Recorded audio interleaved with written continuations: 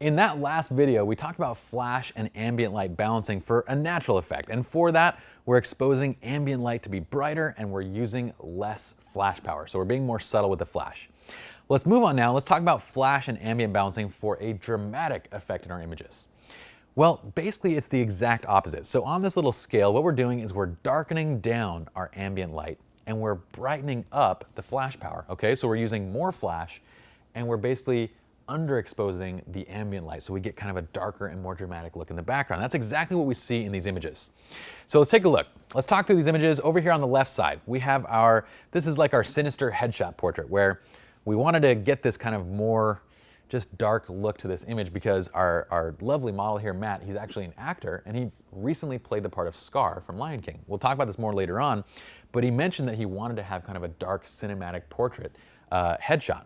So what we did was we put him in this area where we could actually darken down the environment. We're under a bridge. We shot at 1/50 of a second at f1.6 and ISO 200. That gives us our ambient light exposure. We look at that and we say, okay, the background looks great. That little kiss of light on the left side looks great. Now all we need to do is add our flash.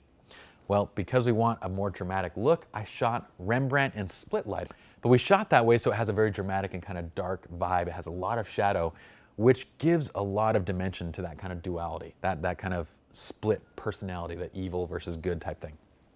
Now, you can see that this image looks far more dramatic, and it looks kind of like there's definitely light modification, there's definitely flash added, whereas when we look at some of those previous images, like for example, if we look over here, you really don't know that this is flashed. You don't really know that this is flashed or that this is flashed. It looks like we might have added a reflector, or it looks like just natural light.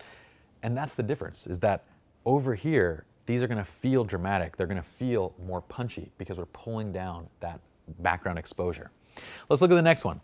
Here we're at 1/200 of a second at f5.6 and ISO 100. The sun had just set behind her head. Again, we'll talk more about the details later on, but we're balancing for a CTO gel. So we're balancing at 3600 Kelvin, so the background looks completely blue. We've darkened it down so it's nice and dark, and we add a lot of flash punch to get her to pop out.